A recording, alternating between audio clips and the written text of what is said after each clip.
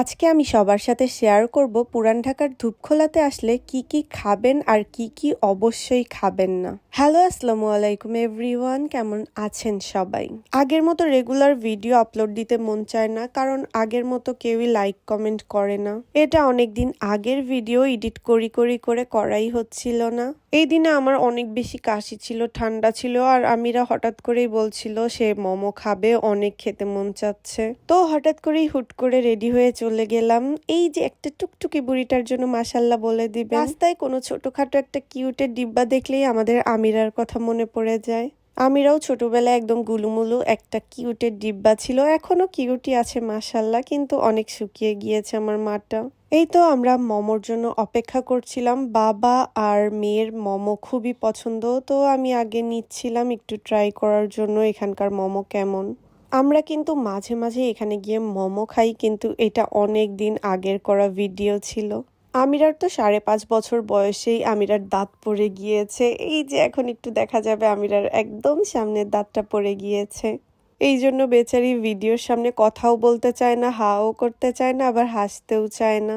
আমিরা মোমো খেতে এত বেশি পছন্দ করে, কিন্তু গরম গরম থাকাতে সে তাড়াহুড়া করে খেতেও পারে না। আমিও অতিরিক্ত গরম মোমো খেতে পারি না, কিন্তু আমিরার বাবা আবার গরম গরমই খেতে পারে।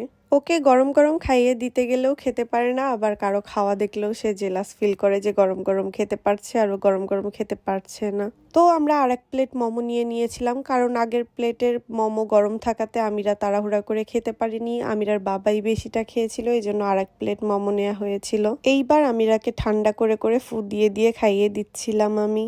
কিছু কিছু খাবার কিন্তু শীতের দিনে অনেক বেশি মজা লাগে, যেমন মোমোটা কিন্তু গরমের দিনে তেমন একটা মজা লাগে না, কিন্তু শীতের দিনে গরম গরম খেতে অনেক মজা লাগে।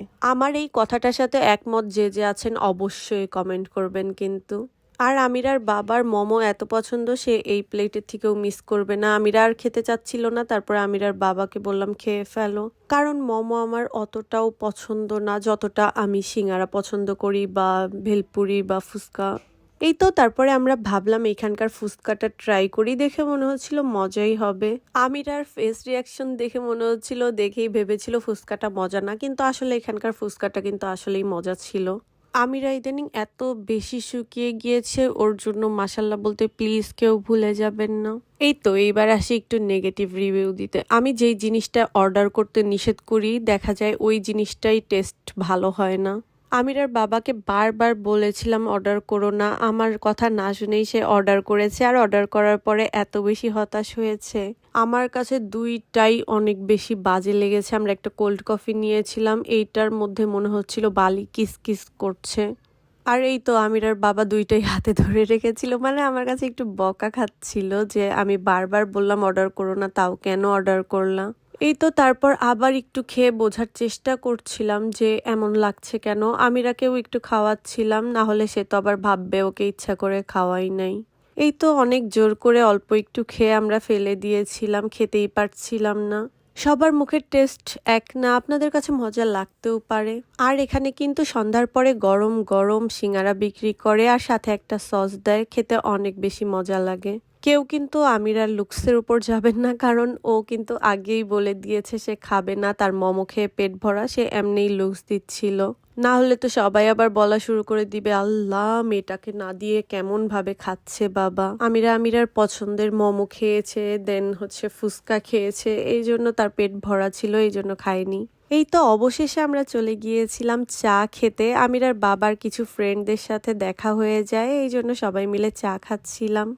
চাটার টেস্ট মোটামুটি ভালোই ছিল, কিন্তু এর পরে একদিন গিয়ে খেয়েছিলাম, প্রচুর পরিমাণে চিনি দিয়ে দিয়েছিল, কিন্তু এই দিনটাই ঠিক ছিল। তো আজকের ভিডিও এই পর্যন্তই। সবাই অনেক বেশি ভালো থাকবেন, আর হচ্ছে কার কেমন লাগলো ভিডিওটা অবশ্যই কমেন্ট করে জানাবেন। আল্লাহ হাফেজ এভরিওয়ান।